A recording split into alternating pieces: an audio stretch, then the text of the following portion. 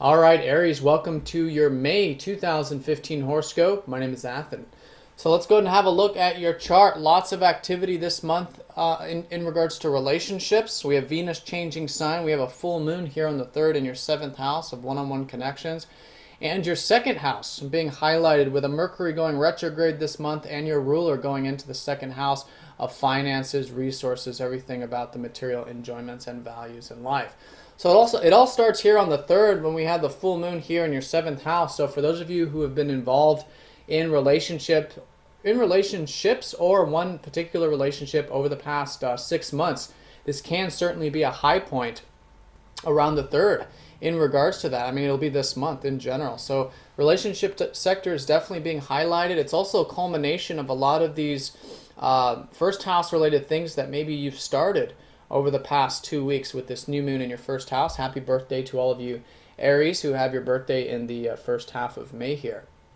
So for the first 2 weeks while the moon finishes her transit, still very much about all this stuff relating to you, your assertiveness, your goals, your drives, your ambitions, getting your energy moving, and all those things, your self-image too. So that's going to still be the emphasis for the first 2 weeks during this lunar cycle.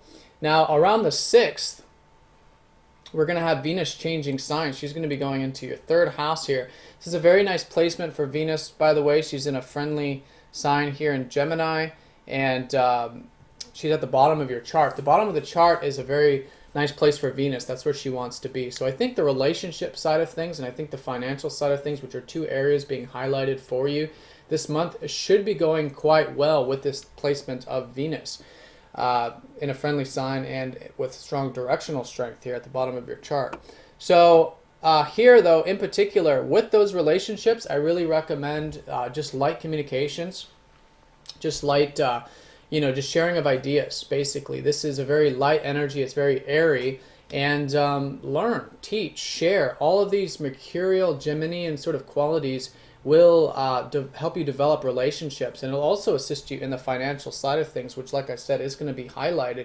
Everything related to thinking about and working with. So a lot of this practical energy this month relating to working with and really actually taking action and doing the sort of practical grounded thing in relation to both finances and relationships themselves. And that's seen by Venus in that Gemini. So communicate, share, think, learn, teaching, all of these things should be supporting you very well, and I think you'll find that very enjoyable as well.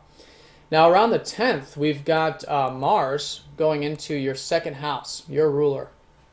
So this is where things will start to shift here around the 10th.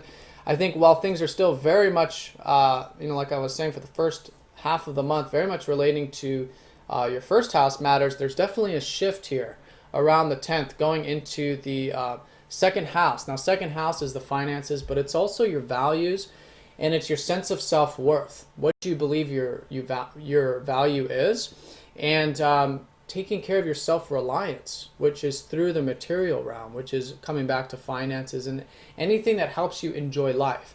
And so this energy here with Mars, like I was saying, a lot like this practical energy of Mercury, it's about taking action. It's about actually following through with the steps. So it can be a very good month for you financially in particular, but it'll come through whatever actions you take. Okay, it'll come through, getting up, taking the action, doing whatever it is that's necessary for that particular area of your life to get it done there. And then Mercury's there, so I think there's a practical understanding. I think you're able to see that area of your life very well as well, so utilize that also. Now we've got the new moon here on the 17th, which is going to be taking place right on the cusp between your 1st house and your 2nd house. Let me go ahead and check something here real quick. Yeah. So it's going to be technically in your 1st house still, just like we had that other one. But as you can see, it's right here on the cusp between houses. So it's going to be a strong mix here.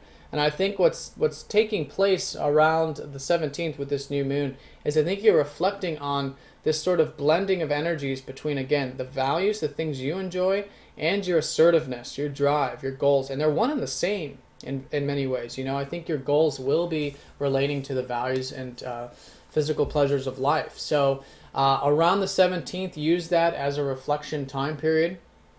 It's what we always want to do with this type of energy. Be receptive to it. Think about it. Think about those areas of your life, first and second house matters. And then as that moon starts to fill up towards the end of this month, as the month progresses from here on, more and more of that lunar energy will fill up and more action will be available for you. But it's still very active all month. But you want to use this time around the 17th to really reflect on these matters. Again, your goals, your drives, and anything relating to your values. So you can see a very strong highlight here of your second house this month. Now on the 18th and 19th, we've got Mercury going retrograde here in that second house. So there is some things needing to be reworked in regards to the second house matters. So this is exactly what we want to do during a Mercury retrograde, is use it as a time to reflect and treat it as a learning process. Go into it, rework that area of your life, think about it, plan it, structure it, apply it through that way of, it's learning. So it's being willing to make mistakes, but you have to actually try. Not that mistakes are going to happen. This is a big misconception of Mercury retrograde. It's just that you want to treat it as a process where you're able to learn, make mistakes, and learn through those mistakes if necessary. So the most important thing, though, is that you do it and you make it a practical thing while Mercury's retrograde. And this is going to be an energy for the next few weeks going into next month as well. So think about those matters, reflect on them, rework them. That's going to be a big highlight. There's definitely things shifting for you in the financial side of things or second house side of things generally. Your values are changing. I think you're understanding more about what your worth is and how you can be more self-reliant in that way. So that's going to be the 18th and 19th. Then on the 20th, we've got the sun going into your second house, and that's when it'll be official. On the 20th here, the sun will then be joining up with your ruler and Mercury all in your second house. By the 20th, that's when things are certainly highlighting that second house. And so with the sun, it's all about focus. And so it's a focus on the material elements. It's a focus on the simple pleasures.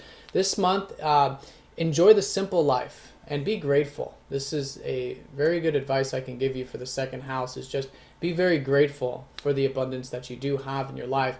And it'll be through that you'll be working with the energies and in flow with the energies, because it's through gratitude that we can enjoy these things. And we can, in essence, attract more of it to us. But it's more about just being aware of what you do value and aware of what you have and aware of what you're worth. And then naturally everything else will transpire from there. So especially from the 20th onward, focus on this, because the sun is all about that focus energy and creative energy. I think things will probably be very creative in the sense that, while it's very practical, very energetic with Mercury and Mars, it can then be very passionate also, very creative process too, once the 20th comes around the 20th.